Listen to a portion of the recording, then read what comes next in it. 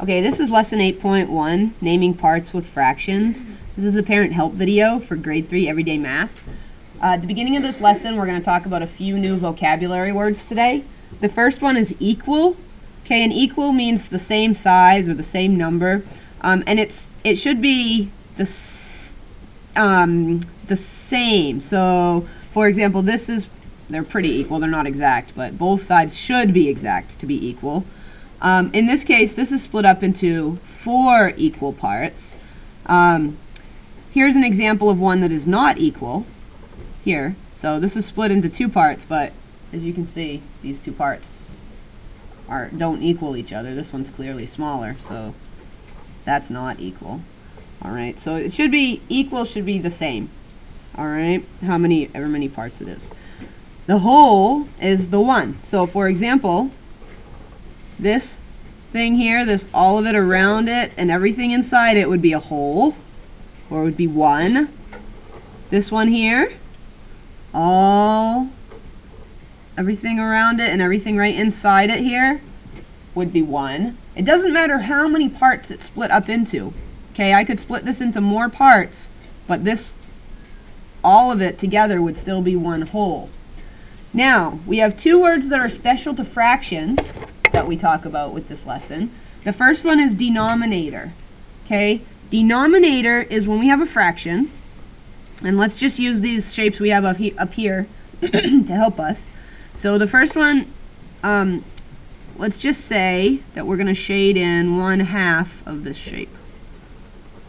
Okay, so you can see it should be equally, that 1/2 is shaded, and we'll come around here to make this just a little darker so that it looks more even. Okay, so 1/2 of this shape is shaded. The number on the bottom is the denominator. Okay, and the denominator is how many parts a whole is split up into. Okay, and not just parts, but how many equal parts. That's a very important thing, because as you saw here, we split that into 2 parts, but we know this big part here would not be 1/2. Okay, that wouldn't be 1 out of 2. So it has to be equal parts. So the denominator is the number of equal parts that a whole is split up into, and the numerator, okay, the numerator is going to be that top number. Alright, so under denominator I'm going to write bottom number, because that denominator is always on the bottom. Alright, bottom number. The numerator is going to be the number on top. Top number. Alright, and for us that's mostly going to mean, so if it's 1/2, it's going to mean the number of parts, of equal parts. Alright, the number of equal parts that are shaded. Okay, or that are being used. So that's what the numerator is. The numerator is the number on top. The denominator is the number on bottom. Okay, and that's what these words mean. And these words are going to be very important for us to use today in our lesson. So we want kids to be able to use math manipulatives or math like blocks or coins to solve problems involving fractional parts of collections, and you'll see some of that on the homework. We want kids to be able to identify equivalent halves and fourths of a shaded region. So we want kids to know that yes, these 2 halves are the same, that are equal, they're equivalent.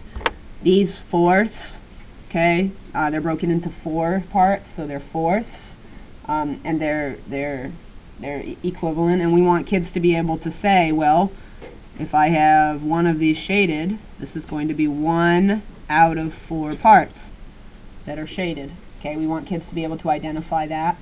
We want kids to be able to use shaded regions to compare fractions. Okay, so we want kids to be able to, if we have fractions that are like this, let's say like this, and we have fractions that are like this, and this one's split up into halves, and this one's split up into fourths. Okay, and this is shaded maybe 1/2, and let's say this is shaded maybe 1/4. Okay, we want kids to know, look at it and say, oh, well, 1/2 is clearly bigger than 1/4. And we can tell that because when 1/2 is shaded, more of the same area is shaded than it is with 1/4. So we want kids to be able to look at that and say, well, this one's bigger, 1/2 is bigger. We want kids to be able to use equal sharing to solve fractional part of a collection problems. So we want kids to be able to take a collection of things and share equally and be able to split it up with certain word problems. So we're going to be working some on that today so they get an idea of how that works. As far as how you can help with this at home, fractions are sometimes tricky for kids to get, so any real life experience kids can get with it helps a lot, especially for example with cooking or when you're splitting things up at home. If you have a pie, for example, maybe you cut it into so many equal parts, or pizzas are great because they already come cut into equal parts. Okay, you can just have a conversation with your family. How much of the pizza are you eating tonight? How much of the pizza did Dad eat tonight? How much of the pizza did Grandma eat tonight? So you can have a chat about that. How much of the pizza do you think you can eat tonight? All right, and say it in the terms of fractional parts. I think I can eat 5/8 of the pizza. Okay, if that's a large pizza, that's a lot of pizza. All right, if that's like 5 pieces out of 8 pieces that somebody would eat. Okay, you could talk about it with cookies. All right, maybe there's 12 cookies left. How many of the remaining cookies do you want to eat? All right, you can just talk about that. And answer in the terms of fractions. Have the kids answer in the terms of fractions.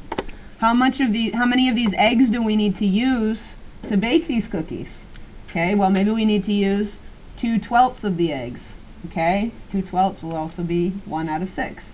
So you can just like I said, have a conversation with the kids anytime that you see the ability to use fractions in your daily lives, because that's what's going to help them get the idea. Of course, extra practice problems is good too. If you take a look at the everyday math homework coming home with this lesson, it will also give you an idea of some of the things we were working on in class and some of the other types of activities you can do with them at home. So this is lesson 8.1, naming parts with fractions for grade 3 everyday math. Okay, question?